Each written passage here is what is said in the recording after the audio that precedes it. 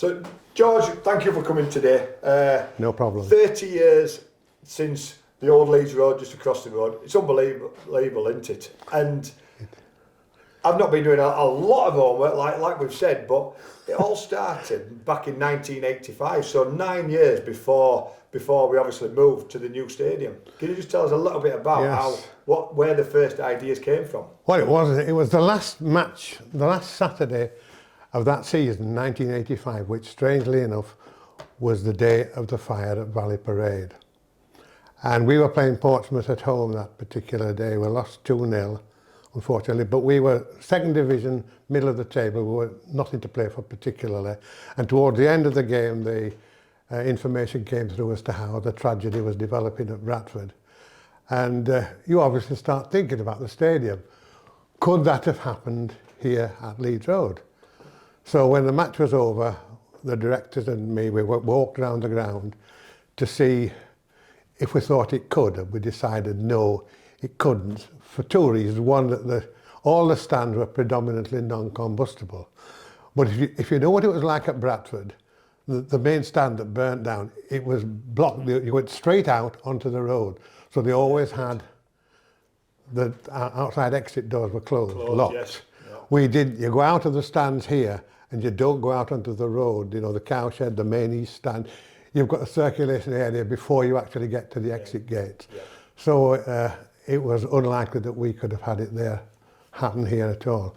But that particular Saturday against Portsmouth, it was the last Saturday of the season, but it wasn't the last match of the season because the weather had been bad in April and one or two matches had been postponed, and a match against Sheffield United, there was a sort of a nothing match when we were planning for it. But all of a sudden, because of the way the fixtures went for Sheffield United on the previous weekend, it suddenly gave them a chance of promotion. And rather than a crowd of about 5,000, suddenly it was into the teens of thousands. And because it was the first match that was played in England after the Bradford fire. So all the country was watching us carefully. BBC were here, ITV was here, the Times, the Telegraph, the lot. They all descended upon it to see if we were behaving ourselves and doing a job right and seeing how bad the organisation of football was. So we were on the ball and we actually got away with it that particular day. But you never know, it could have been the other way around, couldn't it? Of course it could, yeah. Of course but it was that day that the first thoughts, talking after the match against Portsmouth, as to what the stadium wasn't a bad stadium. You know what it was like. It was a great stadium. But it wasn't a bad stadium by standards of the country as a whole. But it wasn't what you would call a stadium for the future, where the supporters were well looked after like they are here now. In those days, it was more or less the toilets were dire, outside toilets, and we got a plastic cup of tea on a dingy corridor or in the open behind the main east terrace. Was that anything for the future? So the directors were looking at really doing something with the existing stadium. But at that time, the commercial manager was someone you know, Keith Hanway. And Keith had this revelation that at some stage we should have a new stadium. He always told me, he stood in the middle of the pitch, looked across at the Kilderbank stand and said, Kilderbank itself, he said, I visualised a stand and a ground there, which is just where we eventually built it. This was when he was playing, wasn't it? This is when he was playing. No, he finished playing. Sorry. He'd come here as commercial manager. And the directors tasked him with looking into whether we could do anything with the existing, because we'd no money to do anything with the existing ground at all. And the public wanted, they were keen that we should spend the money on players, folk like you see. And not on bricks and mortar. So they were in a bit of a cleft stick really, but Keith was keen on the future and he was asked to look at what was possible. The directors were a bit lukewarm, but he was keen and he looked at available sites up and down the area and none of them really fitted the purpose or were available at the time. And he got very frustrated. He didn't get a great deal of support from the board at that time, for obvious reasons, for good reasons. And he upped and left and went and took the commercial manager's job, strangely enough, at Bradford City, where the fire had taken place. Yeah. And then, of course, all football clubs, not just Huddersfield Town, they got a right kick up the backside 4 years later when Hillsborough happened. And of course, a lot of work done on that, and Lord Justice Taylor said in his report that clubs should look to greatly improve their stadiums, or if possible, build new ones. And they... Do you think that was a turning point then? I think the fire got you thinking about it and knowing that there's going to have to be a change. Well, but then when Hillsborough came, it were going to go to all seed stadiums after Taylor report, and that made you really cement we do need a new stadium. Well, yeah, most clubs in the country were thinking about it, but to be honest, nothing really much got off the ground. There was a couple that did. Scunthorpe, you may remember, did. Yeah. Chester, strangely enough. Chester did, yeah. There was another one as well in the Midlands. With Northampton? No, Northampton. I can't remember which one it was now, but there was another one. But none of them was what you would call serious clubs, you know. Big clubs and big clubs with do a 25, 30,000 seat stadium.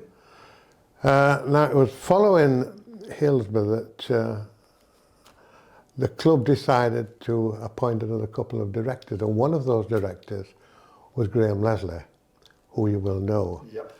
And he was interested in looking at a new stadium, but Keith had been trying to develop it purely on the back of an existing job as a commercial manager. So he didn't really have the time to develop it much. He needed somebody full time. And Graham approached me. I was secretary of the club at that time, and within a couple of years of my intended retirement, but it didn't work out that way at all. I said, would I mind foregoing my job as secretary and taking on the job of looking toward building a new stadium? So there was me. I didn't have an office to work in. I was working in the boardroom there with just a piece of paper, and a pen and a table, and that was it. And was it a big move for you then? With this, obviously you were a secretary, and like I said, you were 2 years off retiring. Building a stadium, you knew were going to be longer than 2 years. Well, that's what I said to Graham at the time. I said, I could very well be off in 2 to 3 years' time, but I'll be happy to take on the task of getting it started at least. Keith had left. We appointed another commercial manager at that time, a gentleman who came from Cone Dynamos called Paul Fletcher. Yep. And I thought that I'd take over the job. My title was Stadium Development Administrator, really building up a team and starting off, making it a much more serious project than it had been in the past. And what really started it was Graham and Paul decided to approach the council. The council, they were always reluctant to be associated with football because they always presumed that clubs were there with a begging bowl wanting money and whatever, and they didn't want to get involved. But they wanted two things. They were concerned about the Fartown ground, the Giants, sorry. Giants. I call it the Fartown. The Giants. Call it Fartown. I still call it Fartown. I can't call it anything any different because their ground was a bit of a mess. It was really very, very bad, and there was never going to be anything at all. And because the history of rugby, founded here in 1895, founded at the George Hotel, they didn't think it was right that Huddersfield Giants went out of business. So they were looking really to have them involved if it was all possible and save them from going out of existence. And also they were keen to develop what they called the Leeds Road business corridor. Nothing had happened much in that to develop it at that time. And it was thought that if the old ground ceased to exist, that could be developed as non-food retail, and it might kickstart the development of the Leeds Road corridor. Yeah. And it did, in actual fact. If anybody looks now and compares with what it was like in the 1980s, it's a vastly different place. Massive difference, isn't it? So he approached the council, did Graham, took with him a bulging briefcase, and they groaned as soon as they saw that. Oh, we've had it all before, seen it before. And Graham was very clever. All he did was he opened his briefcase, took out a great big sheet of paper, put it on the desk in front of them, on the table, and all it had on it was the footprint of a football pitch. He says, that's all we want. What do you want building around it? And all of a sudden, from no interest at all, they began to be interested, did the council, interested enough to talk. So we set up an ad hoc committee. I was the secretary of the committee that we did it, to try and develop it. Because I was thinking I'd be off in 2 to 3 years' time, I suggested that Paul became the chief executive of the stadium company, which was formed. Yeah. And although he didn't, to be honest, at that time have a lot of experience of administration, he'd been a commercial manager at Cone Dynamos, but that was not really much help when it came to administration. No. So we were considered to be a bit chalk and cheese, me and Paul, you know. I can imagine, and knowing you both, yes, I can imagine. But we got on like a house on fire right from the start. Brilliant. And he always said afterwards that taught him a great deal about administration and how to develop projects or whatever. Fantastic. So that's really how it started. I'm just going back then, just to, obviously Graham came with a piece of paper, just with a football pitch on. And do you think if we'd have come with Huddersfield Town, we want this, we want that, we want saving. Yeah, the council would have just thought and never. They'd seen it all before. It was it had happened before. So Graham was very clever. What he did. Very clever, yeah. Yeah, and getting the council on board, obviously, you needed then, didn't you? But the first thing really to do, once I'd sort of, Paul and I'd sort of got the base, with no staff, it was just Paul and me. Yeah. So we didn't have a secretary at that stage. We said, we really need a site. And getting a site for a football ground is not easy. You can imagine nobody seems to want it building on greenfield site. No. So this particular site here, which was owned by what used to be the ICI, it was Zenica at the time, they'd had it in their possession since the turn of the century, and it had had no buildings on it since about 1950 or thereabouts. But during the wartime, it became a very heavily contaminated site. It was rumoured, and I'm quite sure it was right because I was around at the time, I'm that old, you know. It was rumoured that the caves that go into the hillside behind what is now the Kilderbank stand was used to store mustard gas during the Second World War. Oh, right. So there's caves behind there? There was, we had to fill them in, but they were but the whole site was heavily contaminated. I remember it all being contaminated, and that was a problem, that no one could build on it, could they? No, they couldn't. So the three areas of complaint when you're looking to have a site for a stadium is, first of all, the environmentalists. They didn't like it. They always found reasons why you couldn't build on a green seat site. There was either some orchids or some frogs or whatever, something or other. They couldn't do that. But in this particular case, if it was this site, it was a blot on the landscape, was this. Yeah. And it definitely... Well, nothing would have been growing, would there? No, nothing could... there were no... Back at that time, there was no trees on the hillside at all. Nothing, no. Well, no, there wasn't. Nothing, was just Yeah. So the environmentalists were happy that we were curing a blot on the landscape. The other two groups of people is the residents. Nobody in the right mind wants a stadium sprouting up next door to where they live. No. But they already had one. Yeah. And it was taking it 100 yards further away, the other side of the river. Yeah. So they were as happy as they could be. And then, of course, the real people were the traditionalists, the town supporters that had gone to the old ground for decades, the great deeds, the hallowed turf and all that kind of thing, that even, however bad it was, with horrible toilets or whatever, and bad facilities generally, they didn't want to leave. Now this site was only, the corner of the old site, the corner of this, is only 100 yards apart. Yeah. So you couldn't get any nearer to remaining where you were while still moving than you could here. And you could still call it Leeds Road, which I still do. It's still Leeds Road. It isn't the John Smith Stadium or the Alfred McAlpine Stadium at all.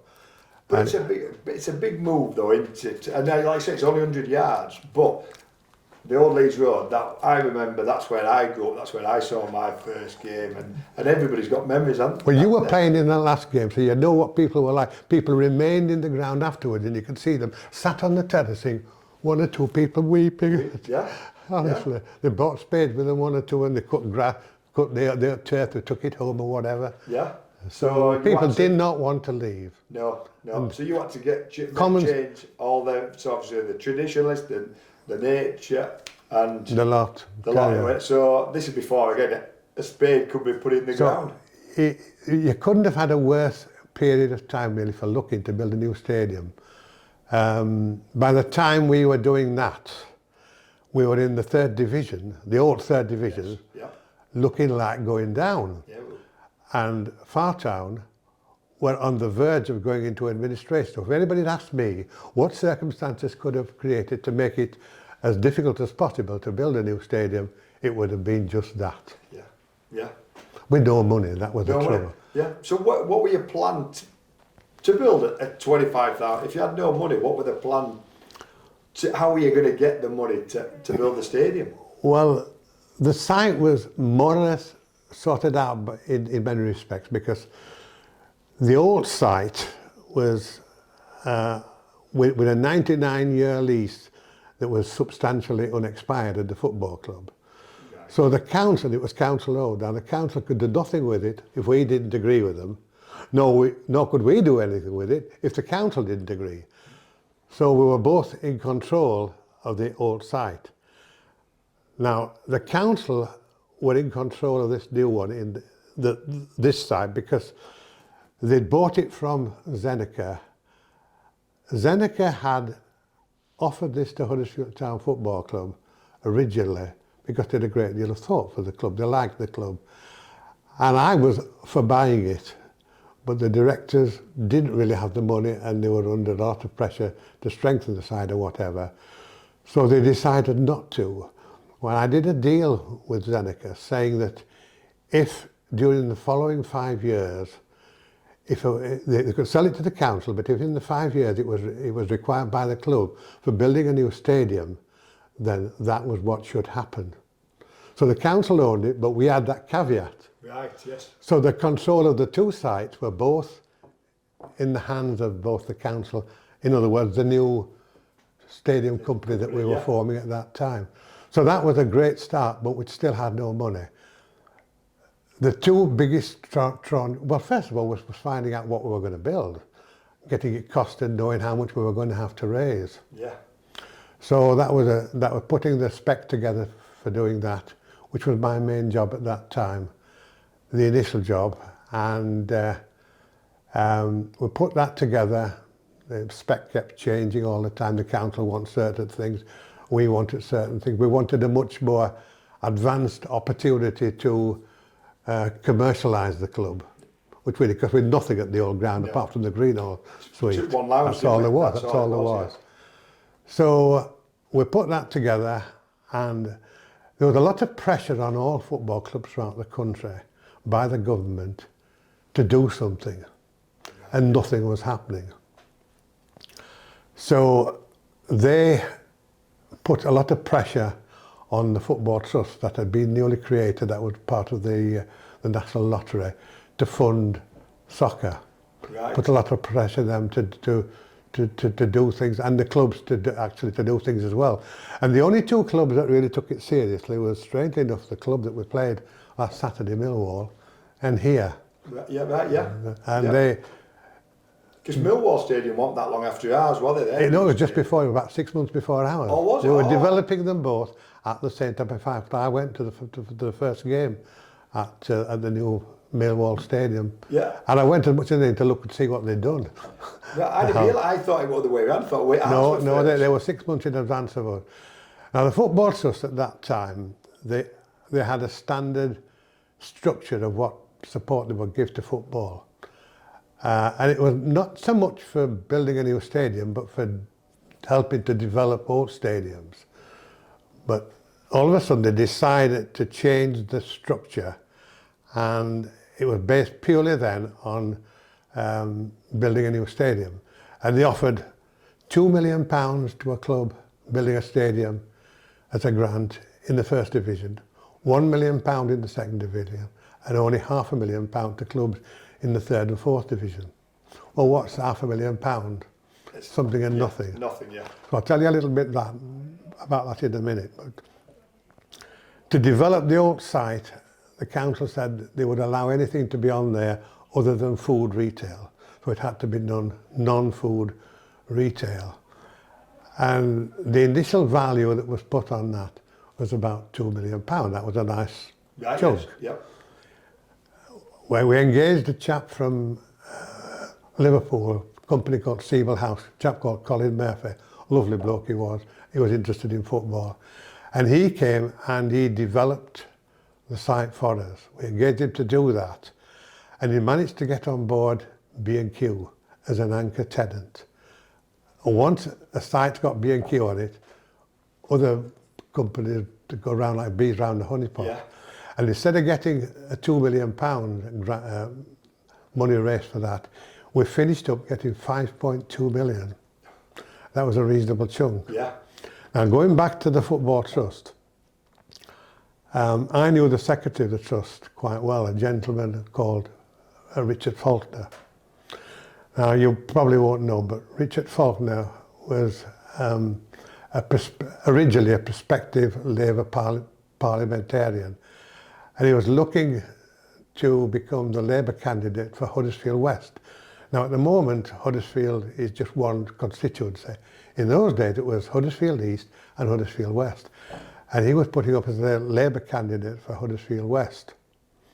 So he spent a great deal of time in Huddersfield. Now at that time he was a director of Wimbledon Football Club, right, who at that point were a non-league club. So in order that he could have his football fix every Saturday, he used to approach me and say, could he have tickets for the ground, for the match? Right, cool, yeah. And I looked after him very well, VIP treatment and whatever. Now, a few years later, when it came to the Football Trust and my discussions with them, I knew him.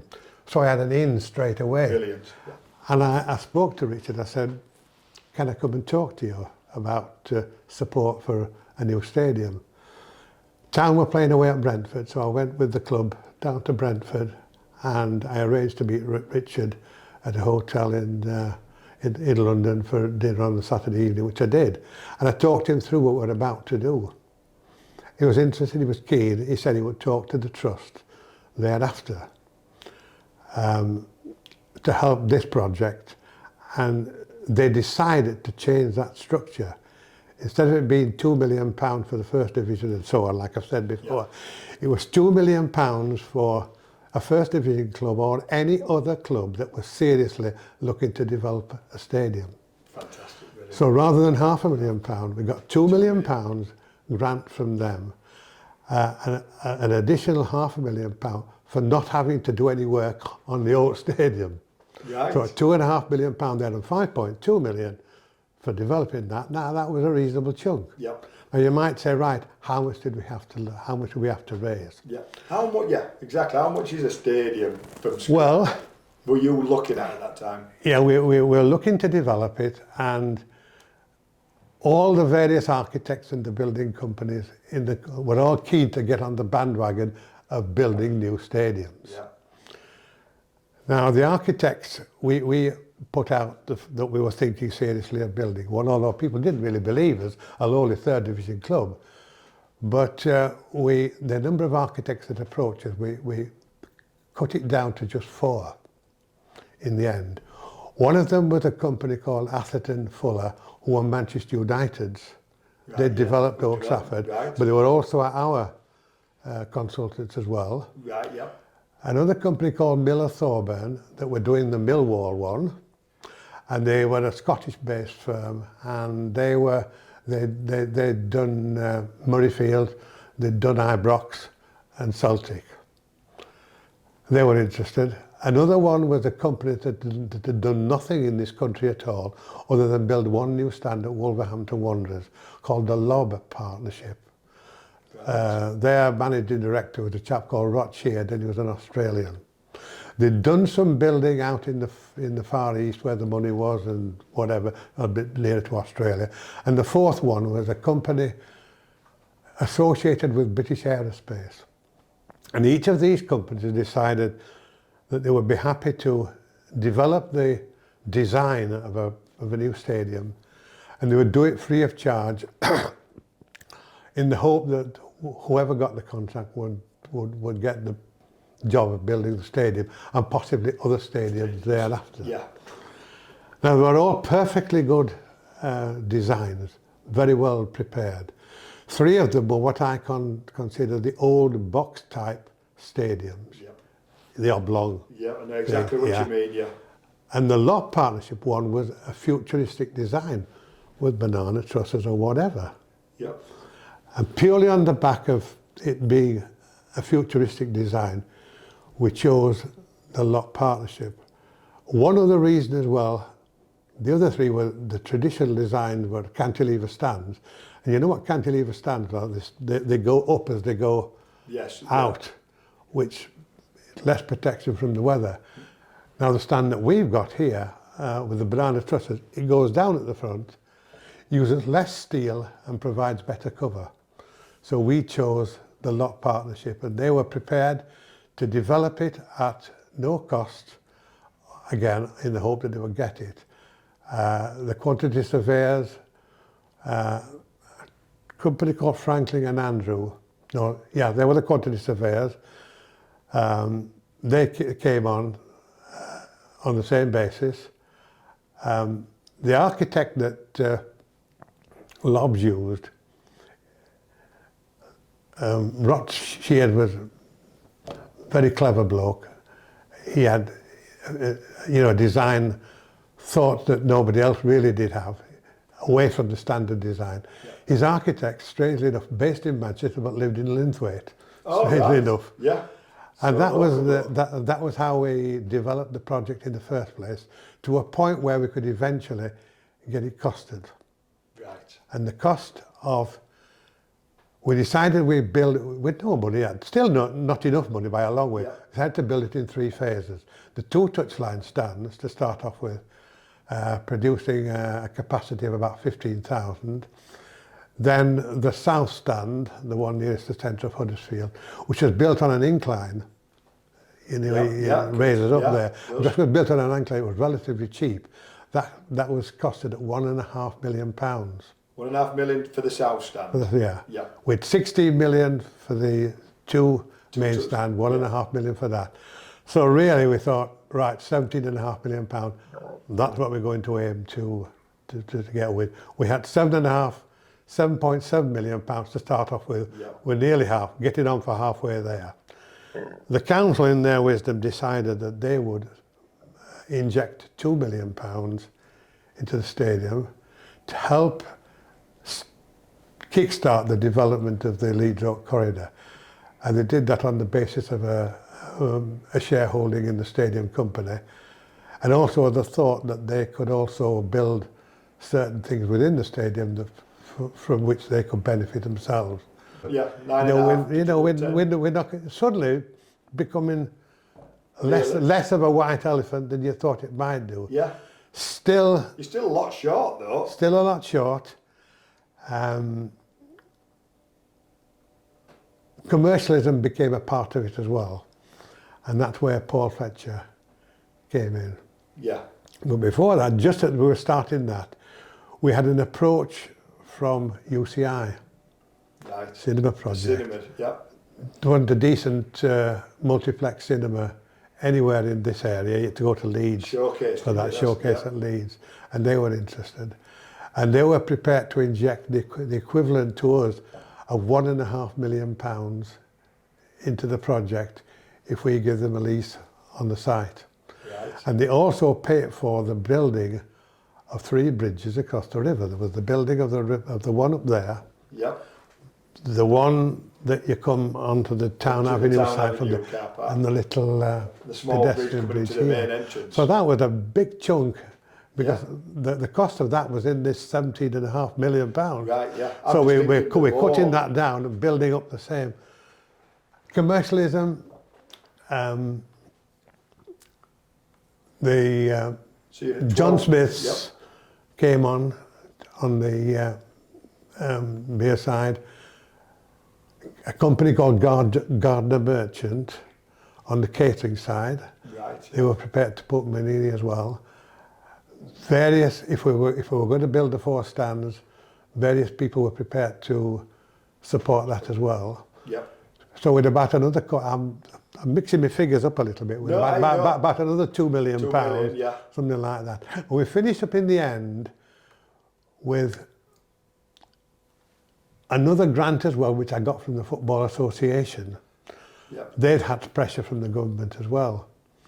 And they changed their thoughts, not just purely supporting Premiership clubs or the First Division club, but also any other club that was building. And I got, I think it was £750,000 from them as well. Yep. The real clever bit, I thought, anyway, we're very fortunate really, was Rugby League. By that stage, Fartown had become part of the project as well. Yep. But they had no money, they hadn't got a penny. And I approached Boris Lindsay, who at that time was the director of the Rugby League, based in Chapeltown Right, yes. at Leeds. Looking to get a grant on the back of rugby wasn't very easy, because the club looked as if they were going out of business. Yeah. But Paul and I went across to see Boris Lindsay. And he said, if you build a stadium according to the spec that you've put before me, I will support it.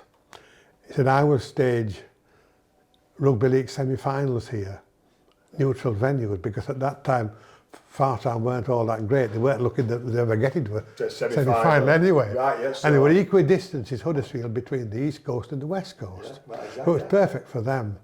So on the back of that, I approached the Foundation for Sport and Arts, newly created, based in Liverpool, who were similar to the Football Trust. They could support any other sport other than soccer, which was the Football Trust's Right, yes. aim. And I went across together with Joe Bramley, who at that time was chairman of Fartown, to the Trust's headquarters in Liverpool. And the secretary there was, strangely enough, was a chap I knew. He was a director of Everton Football Club. So I knew him straight away. Brilliant. It's a small world, isn't it? It is. They were keen to issue what they might call a high-profile project. And because of the design of this, with its banana truss or whatever, they were interested. And I got a letter from Maurice Lindley to say that if we did it, he would support it by staging semi-finals here. Yep. And on the back of that, on the back of a football club that looked like going into administration, I got another £1 million. So if you've had all those bits up that I mentioned, I think I'm within about £1.5 million that's 15 of 16 there. million. Yeah. And the trouble was that all these grants had time constraints on them. You had to make a decision. And we're about £1.5 million short. So I put before the board, I put the situation before the board of KSDL and of the football club. If you don't want the whole pack of cards to collapse, we need to give the green light and give the project the go ahead. What year would this be then, would you say? Well, we opened in 94, it would be about 92, 93, something like that, yeah. wouldn't it? Yeah. And they decided to put some money into the project to fill the last little gap. Now, Fartown weren't keen to do that because they didn't need the 15,000. Yeah. You know, they were quite happy with that, so they decided Yeah. that. But nevertheless, they decided to play their part. At that stage, the shareholding in the stadium company was 40% the council, 40% the football club, 20% Fartown. And they decided to make up the balance of this £1.5 million split 40-40-20 on that basis. So we were there without any debt for the first 2 phases, that's all. Yeah. Phase here and then the one behind the goal. And as you very well know, we built it, and it was something that the population of Huddersfield still hadn't ever thought it was going to happen at all. No. White Elephant, the business people, never happened. Third Division Football Club, didn't going to happen. So they didn't really support it. Then when all of a sudden we stuck the first spade in the ground, we got Dennis Law to come across together with me and Alex Murphy on the back of Rugby, and John Harmon here with the council. The council had played quite an important part in it. I have to say John Harmon played his part extremely well. He supported it. He thought it was right for the people of Huddersfield, many of whom thought that the £2 million that the council were putting in was a right waste of ratepayers' money. Yeah. But if you ask anybody now that was against it then, you'll not find anybody to admit it, because it was so much value to developing this particular area. Exactly. I know. So that was the first phase. Yep. I'll just go back, because I don't know if you remember, but in 1990 I started as an apprentice, and we were called up to 15-year-old, I remember. I remember you giving me first paycheck, £29.50, and you begrudged me at that, my first pay. I remember, don't spend it all at once, Bill. Was that 15-year-old lad? Exactly. And you and they were obviously Paul Fletcher and Graham Leslie called us up into the Greenhall suite as apprentices, and they were the pros. They were obviously Peter Jackson were the captain then, and all the other players and the coaching staff. And you had this stadium in a glass box. We did. With a ski slope, a cinema, hotel, and you did a presentation to us, and it was absolute spot on what it is now, 30 years later. The only bit it's changed is a little bit at that end. That's slightly different to that exactly. one, yes. Yeah. And the one thing that you said, and you looked to us apprentices, and you said, lads, you might not be footballers, but with this venture, with this stadium, it'll create so many jobs for Huddersfield. So you might be able to get some jobs as a working behind kiosk or in the commercial and all that. This will regenerate so many jobs. And at one stage, I thought, what a fantastic event this is going to be, this new stadium. And then another, I'm thinking, hang on, my secretary's telling me that I'm not going to be a professional footballer. And that day sticks in my mind. And we went out of that, and all the foot pros and the apprentices, we all got to, that'll never happen. That'll never happen. Nobody thought it would. No. Nobody thought it would at all. And to build the stadium of the size that we eventually decided to do so, that was hard work, because these grant-giving bodies, we remember Third Division Club, looking like you're going down, 25,000-seater stadium, what are you playing for? You know, cut your cloth according to your, according to your cloth. And they initially said that the grant that we were going to get from the Football Trust was based upon us having a stadium with a capacity of 10,000. I didn't want that. Yeah. The public thought it should be 40,000, never mind 10,000, exactly, never mind 25,000. Yeah.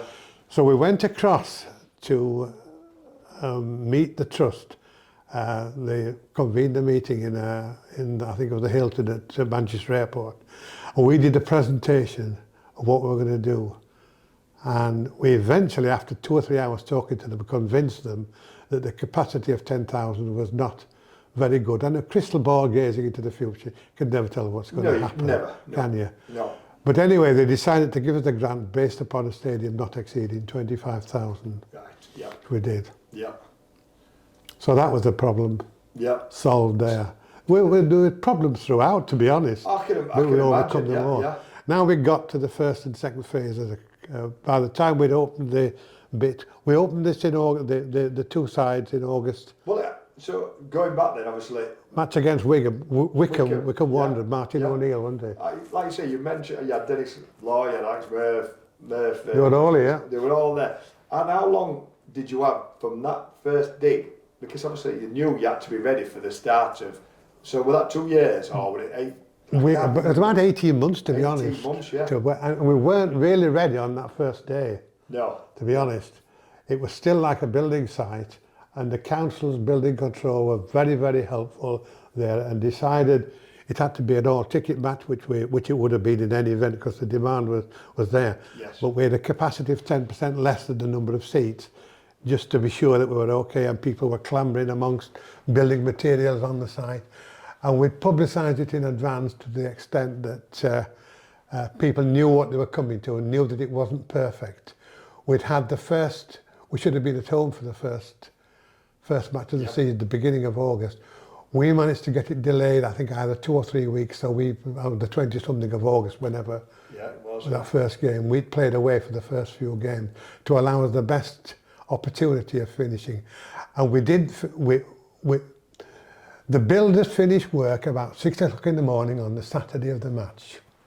Did it? Is that, yeah? I remember coming the Friday night. Honestly, it really, if ever there was a last-ditch affair, that was it. And the other problem, the stewards, the caterers, the gatemen and whatever, they had no opportunity to familiarise themselves with the site at all. We had a meeting on the Wednesday before the first match, but it wasn't, it was still like a building site and they couldn't do the job properly, but we got away with it. Fortunately, the weather was good. The site wasn't muddy or anything like that. And people knew they were walking in amongst piles of bricks and whatever. Yeah. But it happened. And that was the first, 15,000 capacity then. 6 months later, December, we opened the second phase. So by the time we'd spent our first £17.5 million, with a capacity of 20,000. No money left, couldn't look at it, but we didn't want to finish up being the only club in the country with a three-sided stadium. Well, that's it. And what do you do? If you've no we money? do money, but it took me a long time to get the spec together for what we might include in that. And similarly got that costed as well. We needed to include in that as much as we could what you might call community sporting facilities in order to get a grant, not from the Football Trust then, but from the National Lottery, the Sports Foundation. Sports Foundation, yeah. So we finished up with the swimming pool, dance studio, with a business centre, which is the area behind the boxes and on there. The hotel, obviously. The hotel, hotel aspect of it too as well. And on the back of this, it was very hard to get a grant for that, but I worked very hard with the council on that to put a grant application together for that. And because it was also continuing to get rid of a lot of contamination on the site as well, we finished up with, I think it was £5.7 million grant we got. Brilliant. On the back of that. We costed it took us a long time to put the spec together and get that costed. And the cost of that was about 11-12 million pounds, including the golf driving range. Ah, yes, I forgot about that. I forgot about that. That was another commercial thing as well. Yeah. So getting £5.6 million towards 11.5, it was 11.5 million pounds. We were halfway there before we started. Yeah. But again, you still were £6 million short. Well, we finished. By this time, the business fraternity of Huddersfield and the district as a whole, we were open. You see, the stadium was open, yes, and it was looked upon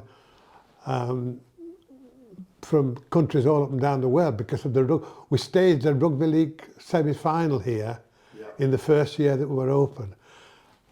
Was it the semi-final of the Regent's Trophy? Was it Regent's Trophy, the Regal Trophy, something? Yeah. It was a major semi-final on the back of rugby, and the Saturday was the most terrible weather day you could possibly have. the whole of England was covered in snow. The only bit that wasn't was this pitch. What? Yeah. Here. Yeah. We'd spent an awful lot of money on making certain that the pitch was right, under soil heating, proper drainage, whatever, and we were able to get the pitch perfectly clear, extremely soft, well proper for rugby, and we worked very hard to get all the approaches to the stadium fit as well. No, nobody could park any cars anywhere because the roads were full of snow. Yeah. But anyway, and that was broadcast worldwide to the Rugby League world, Australia, New Zealand, South Africa and whatever. So suddenly they could see a stadium with banana trusses looking like, as Simon Inglis once said, you remember Simon Inglis wrote the football ground of Great Britain? He said it was like a stadium. It was like what did he call it? It was like I've forgotten just what he said about him now. You'll have to cover that later on. Yeah. Like a spacecraft ready for taking off. Right, yeah. That's it, like a spacecraft for taking off. Yeah, and obviously you had the rugby match then, and then you had a couple of concerts as well before. We had concerts. The first, we opened it in August, and the following year we had we had 2, 3, with 4 concerts in the first summer. We employed a gentleman called Tony Stevens. You might remember Tony Stevens, who had previously been commercial manager at Wembley Stadium, and he had some contacts. And the promoter that he knew very well, they'd been approached by REM to stage their first gig in the UK for 13 years. They hadn't played here for a long, long time. And the first one in the country was here. With a capacity of 35,000, sold all the tickets within the first 24 hours, decided we'd have another gig the following night, sold out again. Many people went to both concerts. Right. High profile people came from all up and down the country. They said it was said to have put £3 million into the business community locally on the back of those two. The following week, with a Raymond Gubby concert here, classical spectacular, Raymond Gubby, the Royal Albert Hall or whatever. And a few weeks later as well with Brian Adams. Is that split? So all in the first year. So that and the fact that we've been exposed on television to the Commonwealth countries, suddenly everybody knew the Alfred McAlpine Stadium. In fact, it only became the Alfred McAlpine Stadium a fortnight before we opened. Did it? On the back of the £2 million that the council gave us towards helping to fund it, it was going to be called Kirklees Stadium. Yeah. The name was only changed, and that helped to fill the last £1 billion of they put their name to the stadium on the back of a £1 million investment over the first 3 years. Fantastic. So that helped to fund it. Absolutely brilliant. And so that's how it became obviously the McAlpine Stadium and the Farm John Smith and that. And I'm going back, obviously, that last year at Old Leeds Road, it's 30 years ago now.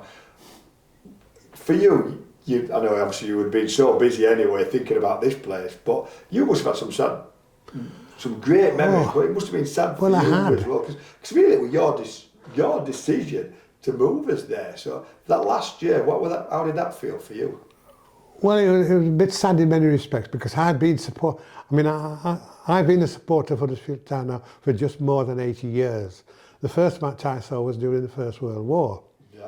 The latter, I think, of 1943-44 season, match against Manchester City. I can remember it just like it was yesterday. We can always strangely enough, you can always, can't always. You? Yeah, and so really, I'd from 1943-4 season to 1990, I'd become very much attached to the old ground. Before I became involved in 1969-70 season. That's when I first came to work here full time.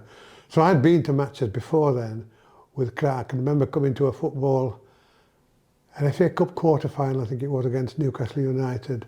Capacity crowd, 55,000. I was stood in there for that. So, Brilliant, yeah. well, 5 minutes to go, we were winning the match as well, 1-0 against Newcastle, and they scored in the last few minutes. Replay the following Tuesday up at Newcastle, drew 2-2, extra time we lost. Newcastle went on to win the cup. They won the cup again the year after too. Brilliant, brilliant. Yeah, I'm very attached to the stadium. And that final game. But you've got to let your head rule your heart, which spectators don't normally do. Yes. But I had to do, no choice. You did an absolute unbelievable job. And that final game at Leeds Road, whoever were there, nobody will forget it. Were they? Great memories. You opened all 4 stands for Huddersfield fans to go in. And I can remember at the end, obviously I played, and the fans came running onto the pitch, and we were talking. There were fans still there an hour after, in tears, weren't they? See, I keep calling this project Realising the Dream. And it was the dream that Keith Hanvey had back when he was a player here before he became commercial manager, when he looked at the Kildebank and saw a stadium. Yeah. And that is true, that is not made up. He asked his daughter that. Daughter you know what? Works for you. Yeah, and probably, I can remember the photo of that last game. It had 4 sides full of Huddersfield Town fans, but in the background, 2 sides of this stadium. Fantastic photo. It got both the old Leeds Road and the new. We had, yes, it was just inside the. Yeah, and like you said, that was Keith's vision in when he was playing in the early 1980s. That a new stadium could be built on this land. Well, Keith's the one that first thought of the new, that seriously thought about, could we have a new stadium? And the chances were negligible, really, to be honest, at that time. So you've got to be thankful to Keith for that. You've got to be thankful for John Harmon for getting the council behind us. We had a problem because funding this, because we couldn't pay any bills for building this until we developed the old stadium. We couldn't develop that till we played the last game here. Yes. So there was a funding element before we could actually raise the money from developing the old site. Yeah. Nice. So they had to support that. So John Harmon played his part. Obviously, Graham Leslie's clever involvement with the council to get them interested from being not interested at all to suddenly being enthusiastic. Yeah. And Paul Fletcher for his industrial nous together with Tony Stephen in helping to produce commercialism towards funding the final phase. And your work, George, as well. We can't forget about that. Well, yes, I mean, for the last 4 years, from the end of the first and second phase to the end of the third phase, the final opening, that was a 4-year period, I was doing that at the same time because I'd become stadium manager, not stadium executive, as well as stadium development administrator. So I was doing 2 jobs. That was hard work. That's why it took 4 years. That and getting the money together for that as well. Yeah. And retirement, obviously. Retirement had gone by the board. Instead of retiring at 60, I didn't retire until 75. Unbelievable. And I'm going to, final question then. 30 years on, the stadium looks as good as it did that first day. Well, obviously better because the other 2 stands.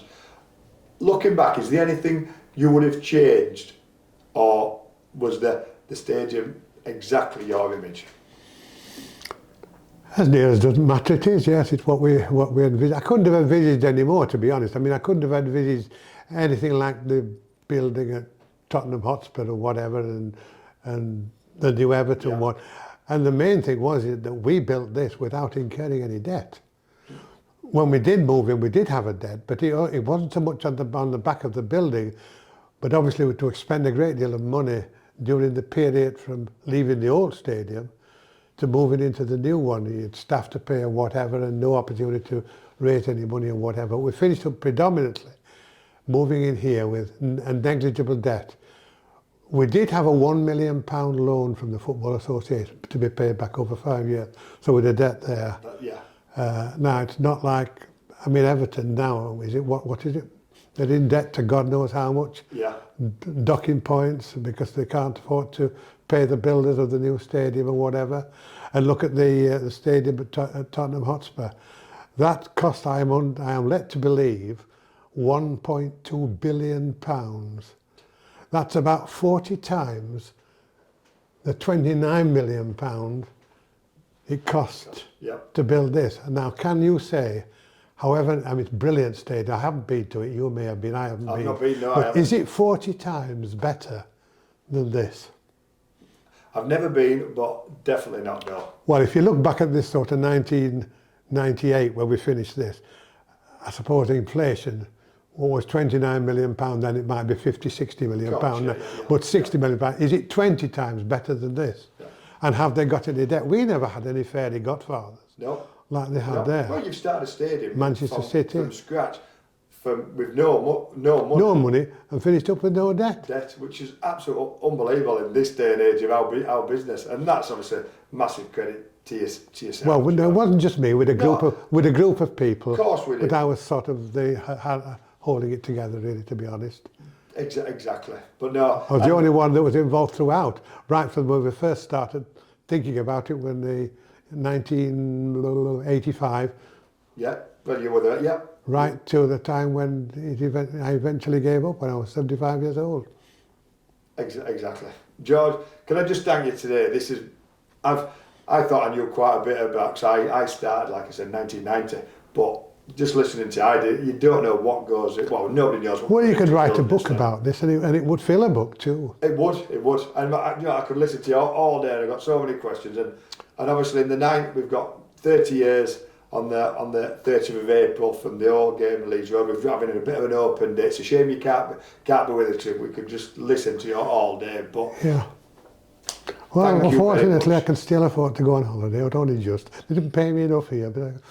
So you deserve it. You deserve holiday, George. I know you could have retired 10 years before, but if you had done that, we wouldn't have had this stadium. So for all your hard work for everybody, and for coming and sharing your story. There were about half a dozen of us that were had to be congratulated for this. Of course, yeah.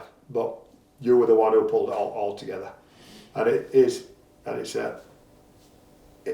I'm sure if we sit here 30 years' time, it'll still look modern, it'll still look futuristic. Well, that'll not be 30 years' time. Well, no, probably not me. It'll be 120 then, shan't it? Hey, George, where you're going, you never know. I was always hoping to be here to see the rest of the site develop, because, as you know, we're near the dam, it had a ski slope. Yes. Well, Here on this site. It was only the change of government, nationally. Oh, right. That changed. Yeah. We had support from the National Lottery for that.